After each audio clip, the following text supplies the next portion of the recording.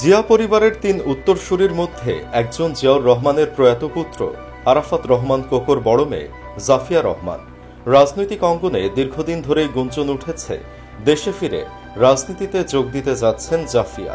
রূপে গুণে তিনি কোনো দিক দিয়েই তারেক রহমানের কন্যা জাইমা রহমানের চেয়ে কম নয়।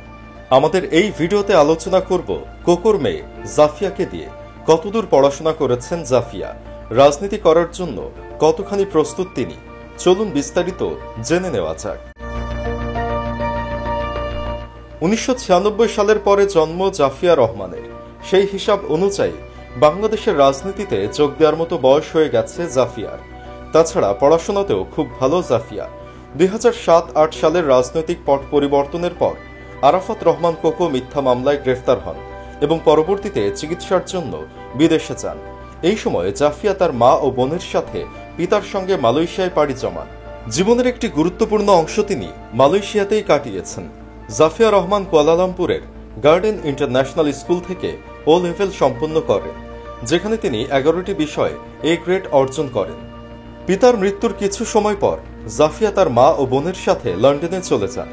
লন্ডনে তার বড় চাচা তারেক রহমান আগে থেকেই রাজনৈতিক আশ্রয়ে ছিলেন। লন্ডনেও তার শিক্ষা জীবন অব্যাহত ছিল। ও লেভেল শেষে তিনি যুক্তরাজ্যের একটি শিক্ষা প্রতিষ্ঠানে এ লেভেলে ভর্তি হন। পরবর্তীতে তিনি স্পেনের IE বিজনেস স্কুলে অধ্যয়ন করেন। এরপর আবার ফিরে আসেন যুক্তরাজ্যে। সেখানেই জাফিয়া উচ্চশিক্ষা সম্পন্ন করেন। তার পিতা আরাফাত রহমান কোকো বাংলাদেশ ক্রিকেট বোর্ডের গেমস ডেভেলপমেন্ট কমিটির চেয়ারম্যান হিসেবে দেশের ক্রীড়া ক্ষেত্রে গুরুত্বপূর্ণ ভূমিকা পালন করেন। 2015 সালের 24 জানুয়ারি মালয়েশিয়ায় হৃদরোগে আক্রান্ত হয়ে তিনি মৃত্যুবরণ করেন। এরপর জাফিয়াকে তার মা শর্মিলা রহমান সিথি এবং দাদি সাবেক প্রধানমন্ত্রী খালেদা জিয়া জাফিয়াকে আগলে রাখেন। খালেদা জিয়া প্রধানমন্ত্রী থাকা অবস্থায় সর্বপ্রথম তাকে বিভিন্ন পথসভা অনুষ্ঠানে দেখা যেত। জাফিয়া রহমান সাধারণত মিডিয়া ও জনসম্মুখে কম উপস্থিত থাকেন। ইন্টারনেট ঘেটে তার সঠিক জন্মদিন পর্যন্ত পাওয়া যায় না। তবে তিনি সামাজিক যোগাযোগ মাধ্যমে সক্রিয় রয়েছেন এবং বিভিন্ন সময়ে পারিবারিক ও সামাজিক কার্যক্রমে অংশগ্রহণ করেন। 2023 সালের এপ্রিল মাসে তিনি ও তার ছোট বোন জাহিয়া রহমান ঈদ উল ফিতর উদযাপন করতে লন্ডন থেকে ঢাকায় আসেন এবং তাদের দাদি খালেদা জিয়ার সঙ্গে সময় কাটান। 2015 সালে পিতার আকস্মিক মৃত্যু জাফিয়ার জীবনে একটি বড় আঘাত। মাত্র কৈশোর পেরোনো বয়সে পিতাকে হারানোর বেদনা তাকে এবং তার পরিবারকে শোকস্তব্ধ করে দেয়।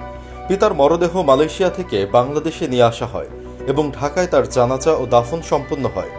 এই সময় জাফিয়া ও তার বোন জাহিয়াকেও পিতার মরদেহের পাশে দেখা গেছে, যা ছিল অত্যন্ত আবেগঘন মুহূর্ত।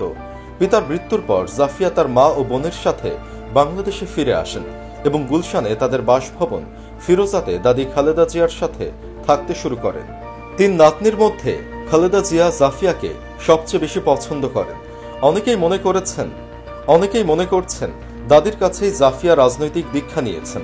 দলের হাই কমান্ডো চায় দলটির ভবিষ্যৎ হিসেবে জাফিয়া রাজনীতিতে যোগ দিক। এতে বেগম খালেদা জিয়ারও সায় আছে।